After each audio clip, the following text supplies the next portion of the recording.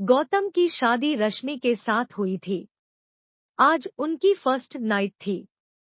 फूलों से सजे बिस्तर पर बैठी रश्मि बहुत ही खूबसूरत लग रही थी।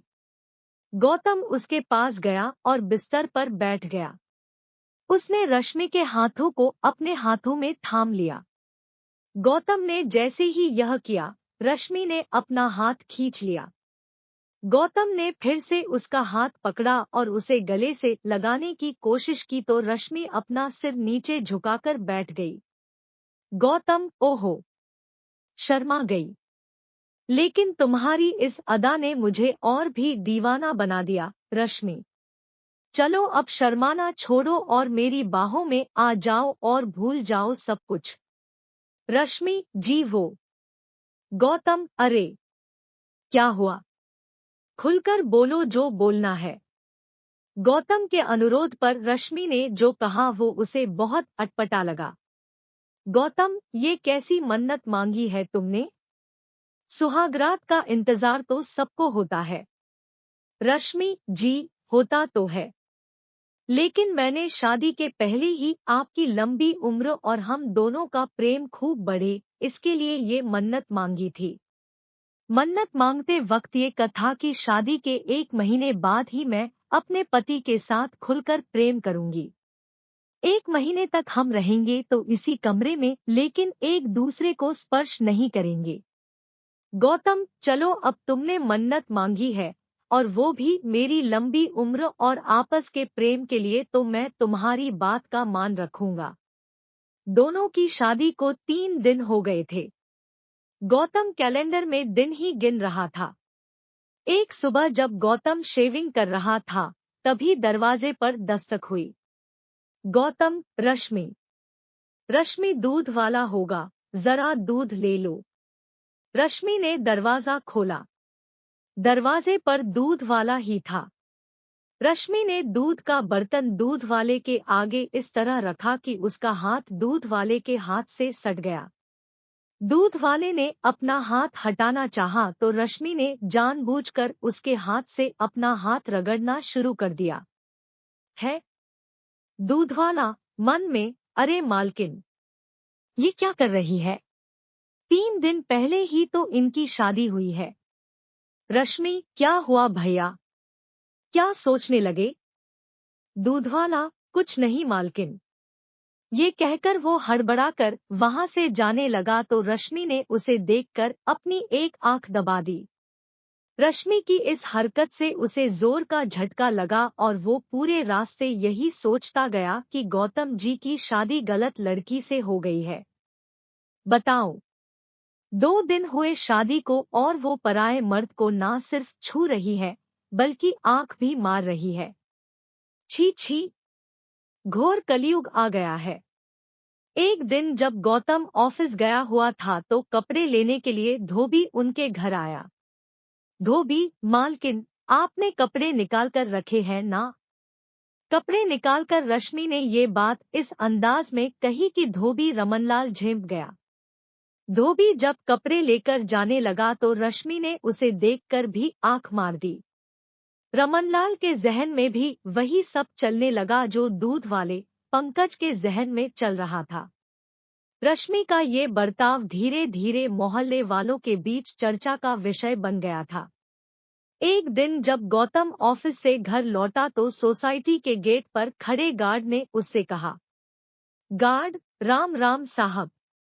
गौतम, राम राम भाई, राम राम जी। गार्ड साहब, वो मुझे आपसे कुछ कहना था। गौतम, तुम्हें फिर से पैसा चाहिए? गार्ड, अरे नहीं साहब, कुछ और बात है। उसके बाद गार्ड ने गौतम से जो कहा उसे सुनकर गौतम का पारा 7वें आसमान पर पहुंच गया। गौतम, तुम पागल तो नहीं हो गए या होश खो दिए अपने? तुम्हें पता भी है तुम मेरी पत्नी के बारे में क्या कह रहे हो?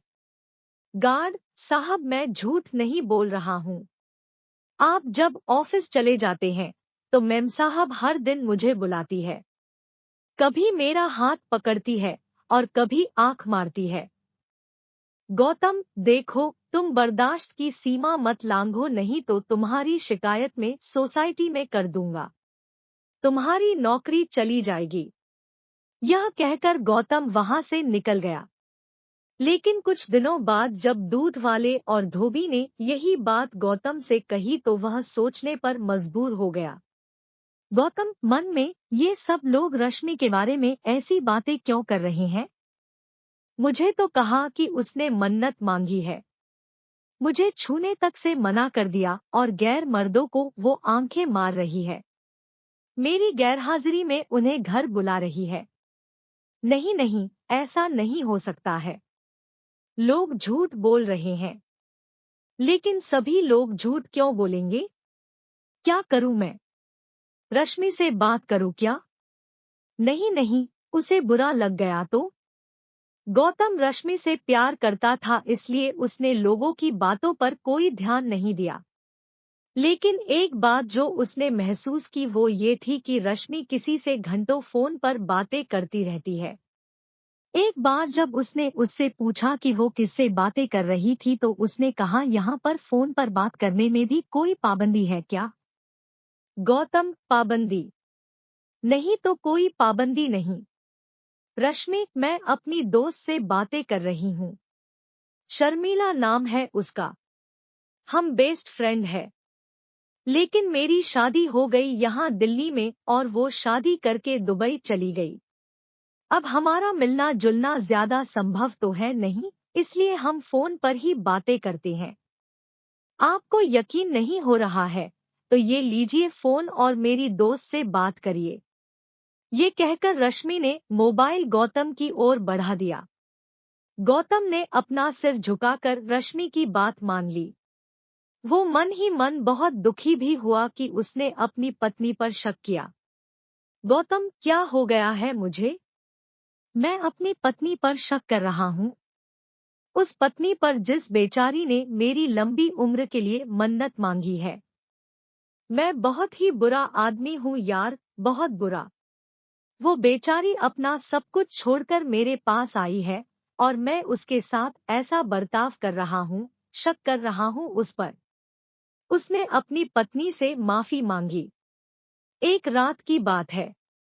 गौतम गहरी नींद में था, तभी रश्मि बिस्तर से उठी और दूसरे कमरे में जाकर फोन पर बातें करने लगी।